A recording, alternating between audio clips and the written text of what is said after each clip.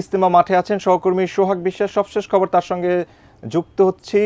সোহাগ বিশ্বাস, আমরা জানি যে প্রথম পর্বের দ্বিতীয় ধাপ শুরু হয়েছে, কি রয়েছে আপনার কাছে তথ্য এই মুহূর্তে?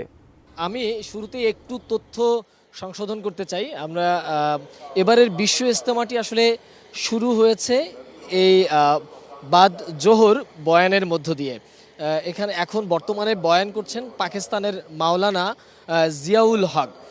আমাদেরকে এর আগে যে তথ্যটি জানানো হয়েছিল যে ফজর বাদ বয়ানের মধ্য দিয়ে বিশ্ব ইজতেমা শুরু হয়েছে, কিন্তু আসলে পরবর্তীতে কিছুক্ষণ আগে আমাদেরকে বিশ্ব ইজতেমার যে মিডিয়া সমন্বয়ক তিনি জানিয়েছেন যে ফজর বাদ যে বয়ান হয়েছে তার মধ্য দিয়ে এবারের বিশ্ব ইজতেমার প্রথম পর্বের দ্বিতীয় ভাগের আনুষ্ঠানিকতা শুরু হয়নি। মূলত তাদের আজকের আনুষ্ঠানিকতা শুরু হয়েছে এই জোহরবাদ যে বয়ান এখন চলছে, অর্থাৎ পাকিস্তানের মাওলানা জিয়াউল হক তিনি এই বয়ান পরিচালনা করছেন। এই বয়ানের মধ্য দিয়ে এবারের যে বিশ্ব ইজতেমা সেই বিশ্ব ইজতেমার প্রথম পর্বের দ্বিতীয় ভাগের শুরু হলো। অর্থাৎ এরপরে আসর বাদ আবার বয়ান রয়েছে। আমরা যদি আপনাদেরকে একটু জানাতে চাই তাহলে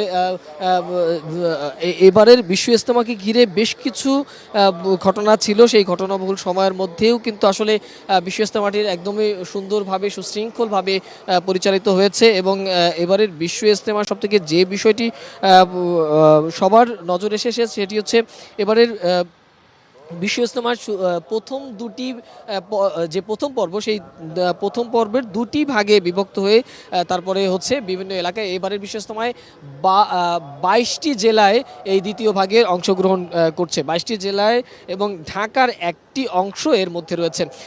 এরপরে আসরবাদ বয়ান করবেন বাংলাদেশের মাওলানা রবিউল হক সাহেব এবং মাগরিববাদ বয়ান করবেন ভারতের মাওলানা আহমেদ লাট সাহেব। যেটি বলছিলাম যে এখন বর্তমানে এখানকার পরিস্থিতি হচ্ছে পাকিস্তানের মাওলানা জিয়াউল হক বয়ান করছেন এবং এটি তর্জমা করছেন নুরুর রহমান সাহেব, মাওলানা নুরুর রহমান তিনি তর্জমা করছেন।